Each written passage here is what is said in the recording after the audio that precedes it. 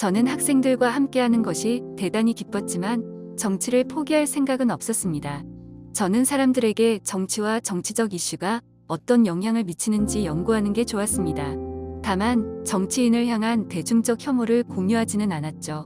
정치인들은 타협해야 하고 지나치게 많은 시간을 모금에 써야 하며 종종 과장된 공약을 하기도 해야 합니다. 하지만 그들 또한 자신의 길을 걷는 것이고 열심히 해야 하며 위험도 감수해야 하죠. 결국 그들 가운데 가장 뛰어난 사람들만이 현실적이면서도 영원한 가치를 이룰 수 있습니다. 1983년 1월 매들린 올브라이트는 어쩔 수 없이 이혼했다. 23년의 결혼 생활이 끝난 것이다. 1년 전인 1982년 1월 남편 존은 갑자기 우리의 결혼 생활은 끝났소. 나는 당신보다 더 젊고 예쁜 여자를 사랑하고 있소. 라며 바로 짐을 싸서 자신이 사랑하는 여자가 있는 애틀랜타로 가서 살 것이라고 통보했다. 45년 평생 그렇게 놀란 적은 없었다. 날벼락이 따로 없었다. 웰즐리 대학을 졸업하고 언론 가문 출신의 전도유망한 저널리스트 조와 결혼한 매들리는 세 딸을 키우며 단란한 가정을 이루고 있었다. 그는 일과 가정의 균형을 잡으며 자신의 미래를 준비했다. 출산 직후부터 13년 동안 새벽 4시 30분쯤 일어나 커피를 마시며 국제정치학을 공부했다. 앤과 앨리스가 아직 아기 침대를 벗어나기도 전에 시작했던 논문이 그 아이들이 고등학교에 다닐 때야 끝이 났죠. 매들린 올브라이트는 1975년 5월 컬럼비아대에서 박사 논문 발표를 마치고 현실 정치에 뛰어들었다. 1976년부터 1978년까지 민주당 에드먼드 머스키 상원의원의 입법 담당 수석 고문을 맡으며 실력을 인정받은 그는 1978년 지미 카터 행정부의 안보보조 담당관 지비그뉴 브레진스키로부터 국가안전보장회의 진행 담당을 제안받았다. 국제정치를 전공하고 외교 문제에 더욱 관심을 가졌던 매들린에게 상사이자 동료였던 에드먼드 머스키는 여성이 의회의 국제관계 업무에서 성공할 수 없다고 장담했지만 남편 존은 달랐다. 어째서 이런 기회를 거절하지? 당신이 항상 원했던 기회잖아요. 덤겨봐요. 그렇게 진실로 친절하고 사려 깊고 든든한 뒷받침이 되어 주었던 조와의 결혼 생활이 종결되자 매들린 올브라이트는 많이 고통스러웠다.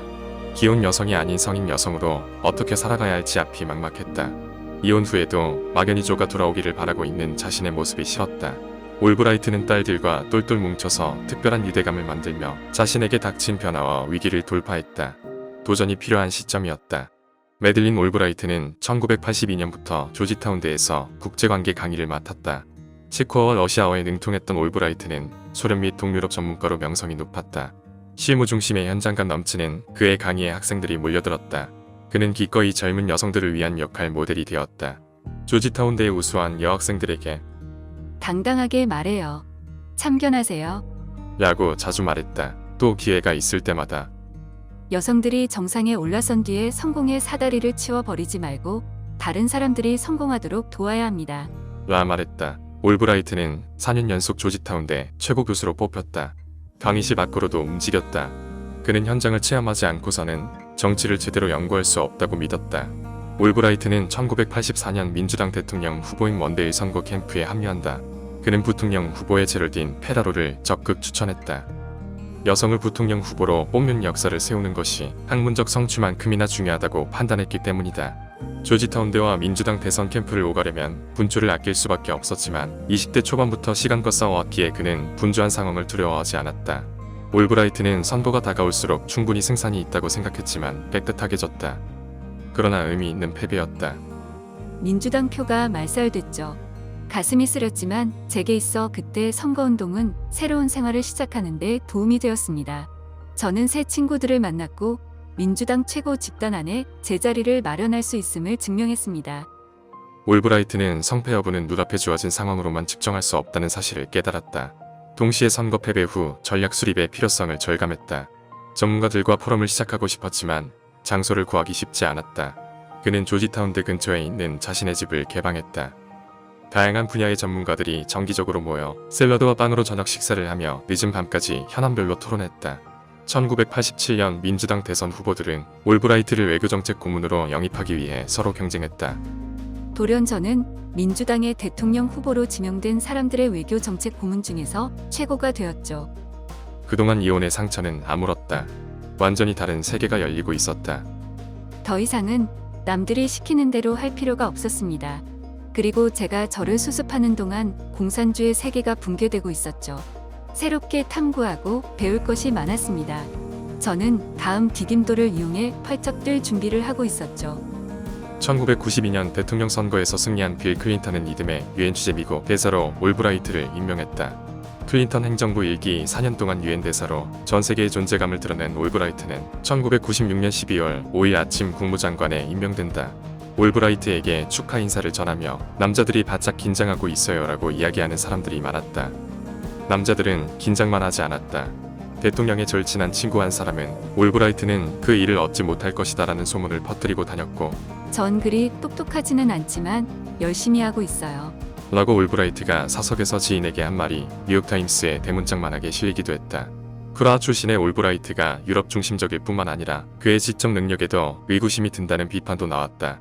사실 논란의 핵심은 간단했다.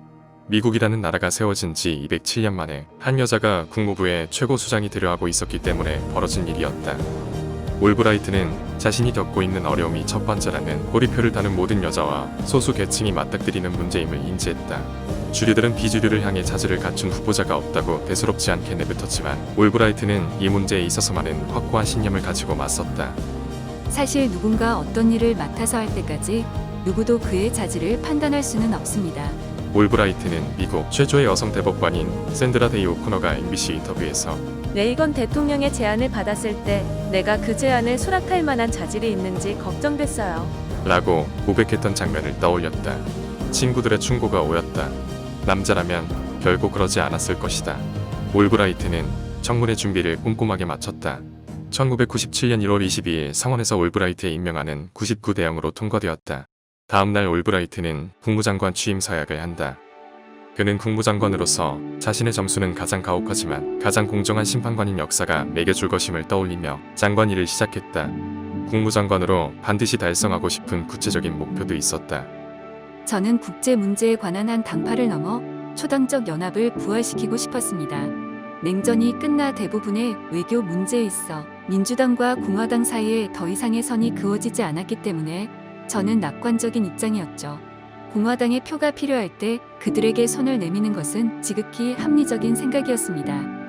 올브라이트는 필요하면 누구라도 먼저 찾아가 대화를 청했다.